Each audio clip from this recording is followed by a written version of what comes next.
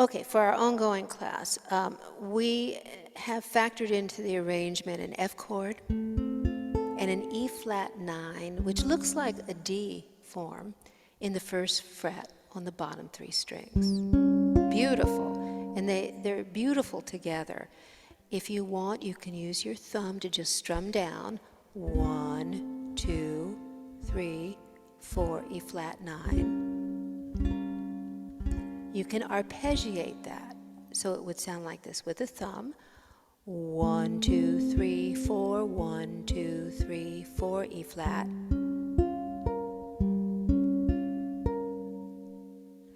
Now I added to that F chord a G note. It would be called an F in parentheses add 2 because G is the second note in the F scale. And the configuration that I came up with, and maybe you'll come up with something different, was this.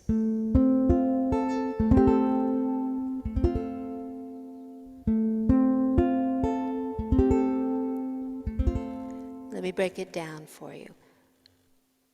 I'm doing 1 and 2 and.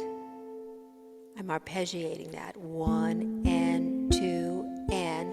Now for the third and fourth beat, I'm strumming down. 3, 4. But on that third beat, I'm putting my baby finger into the 3rd fret on the E string to catch that added 2 to give it this beautiful flavor. And you know, I found it by just pushing my finger in all over the place until something went, whoa, that's it. That's what I want you guys to do to find your own wow moments. Let's try this. 2, 3, 4, 1 and 2 and 3, 4. 1 and 2 and 3, 4. 1 and 2 and 3, 4. Now with the E flat 9, this is what I came up with.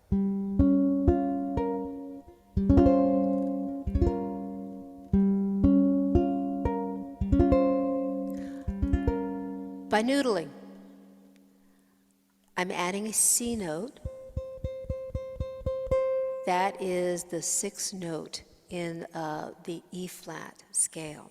And again, I'm going 1 and 2 and 3, 4. I press in that extra note on the 3rd beat, and I let it go on the 4th, the same rhythmic pattern that I'm using with the F chord.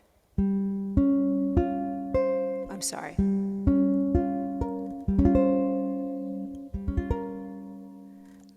Let's put it together. The F and the E flat 9. 2, 3, 4.